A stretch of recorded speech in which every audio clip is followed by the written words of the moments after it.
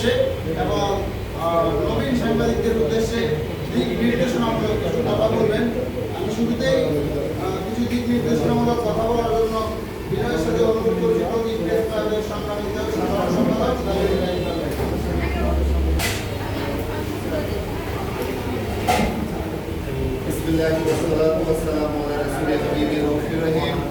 الحمد لله حمدا كثيرا طيبا مباركا فيه كما يحب ربنا ويرضى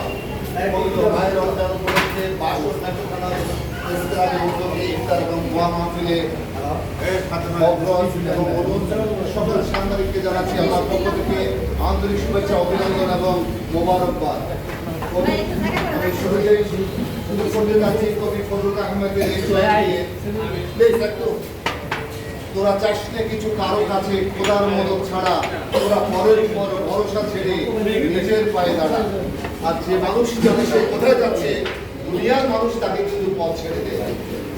যুগ জামানা বদলে দিতে চাই না অনেকজন, একজনই আনতে পারে জাতির জাগরণ। আজকে জাগরণের কারিগর, জাগরণের জন্য অগ্রজ, সমাজের জন্য সংস্কারক, সমস্যা সমাধানের আবিষ্কারক একজন সংবাদ কর্মী। সে সংবাদের জন্য দাতা মানসিকতায় তার শ্রম, সময়, মেধা, অর্থ, আন্তরিকতা দিয়ে দেশকে সাজাতে, দেশকে বোঝাতে অতন্ত্র প্রহরীর মতো লেগে যায়, বুঝে যায়। সারাটা বছর ব্যস্ত থাকে অন্যের সংবাদে, নিজেদের সংবাদ দেওয়ার সুযোগ পায় না। কিন্তু আজকের এই নিজেদের ভিতরে আয়োজন, আজকের এই ইফতার মাহফিল নিজেদের ভিতরে কথা এবং আলোচনা করা। কেন আমি সংবাদ সংগঠন করব?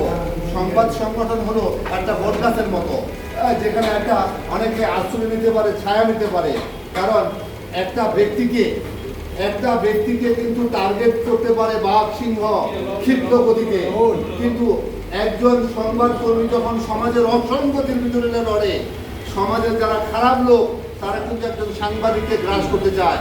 কিন্তু যখন সাংবাদিক সংগঠনের সাথে থাকে, একটা সাংবাদিক সংগঠন হলো একটা দুর্গ, সেই দুর্গর দিকে শত্রু পক্ষ থাকাতে কিন্তু ভয় পায়। তাই এই সামাজিক এই সংগঠনগুলো, আমরা যারা আছি, এই সংগঠনে যারা আছি, তারা অবশ্যই আমরা এই সংগঠনের প্রতি দায়বদ্ধতা, আন্তরিকতা, ভালোবাসা